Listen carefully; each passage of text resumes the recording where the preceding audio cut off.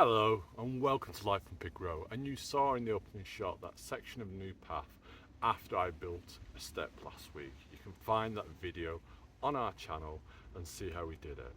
So all I've done is peg down the membrane and I'm ready now to finish it off.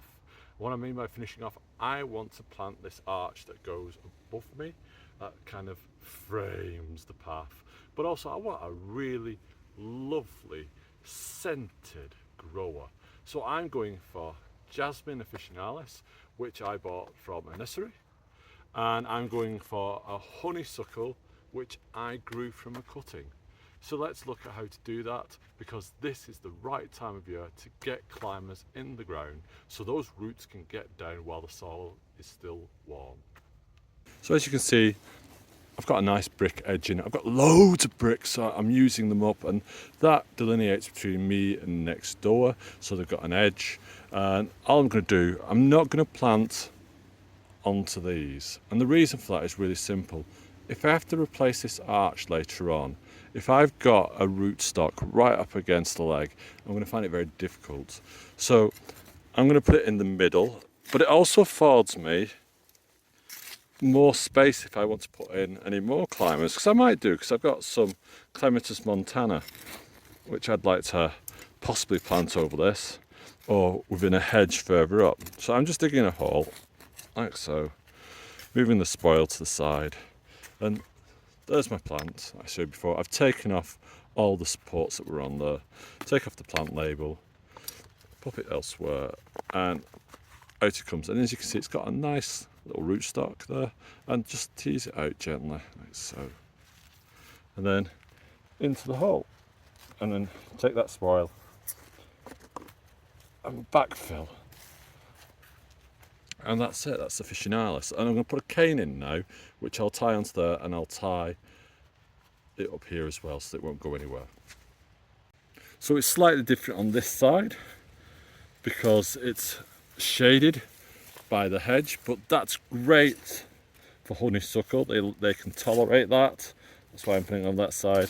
The hole's slightly bigger because the root run on this is bigger because I've been growing it in a pot.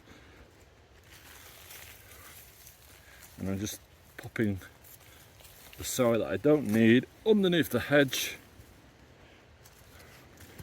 And again, there's my plant, finger and thumb either side. Out it comes, and there's my root ball. Again, tease, in we go. There's my cane that's in. I've tied it to the arch as well, and we constantly get asked, quite often, how do you tie a plant on? So you take a piece of soft twine, and what you're doing is you're after a figure of 8 like that. There you go. But the idea is you go round the plant with your first loop like so, and we go round. Can you see? I've got my crossover of the 8 there, and my top of the 8 will go there, and I will just tie it on, and I'm going to tie it on loosely. I'm not going to tie it on tight. The reason for that is that the plant does need to move. It doesn't like to be choked. Yeah, tie it in like so, and there we go. That's my plant tied on, and it still moves around, and after a while it'll grab. Now I'm going to water these in. Now, membrane is there to keep the weeds down, but it's not exactly aesthetically pleasing. So what I've got here is a bucket of gravel, and I'm going to start filling my path in, like so. And it's going to be several journeys this, up to where I keep the gravel and back again.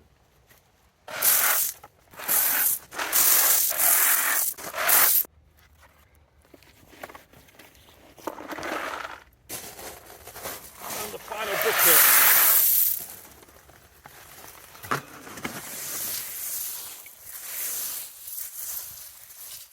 And as you're going around the plant, just make sure it doesn't touch, leave some bare earth.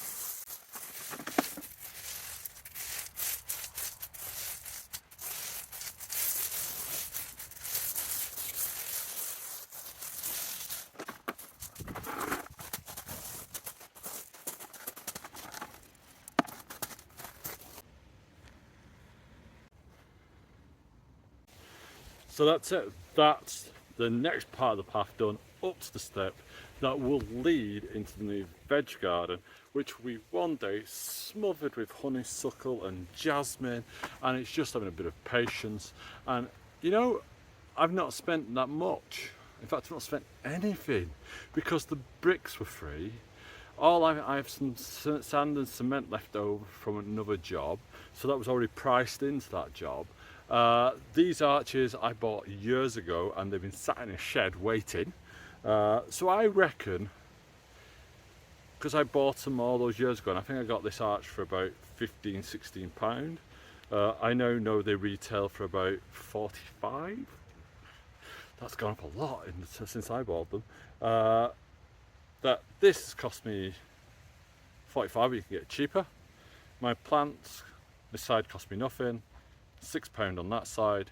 The gravel, part of a job lot from years ago when I was doing the rest of the garden, I think a ton bag was something like £38 there.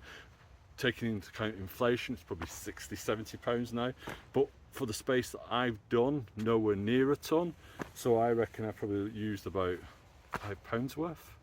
So yeah, this space, yeah, it's £50, including probably the membrane, but it's not going anywhere. This is a long-term plan, and I'm doing it bit by bit as I can afford it. And slowly I'll make my way up the garden using recycled materials and materials I've already had or bartered for or swapped, so forth and so on. And that's what I do. And yes, I am wearing gloves, because the reason for that is when I cut myself nowadays, it takes ages to heal because I'm type 2 diabetic and I don't need that heartache, so I tend to wear gloves now before anyone says anything. So, until next time, it's goodbye from me on Life in Big Row. Bye bye.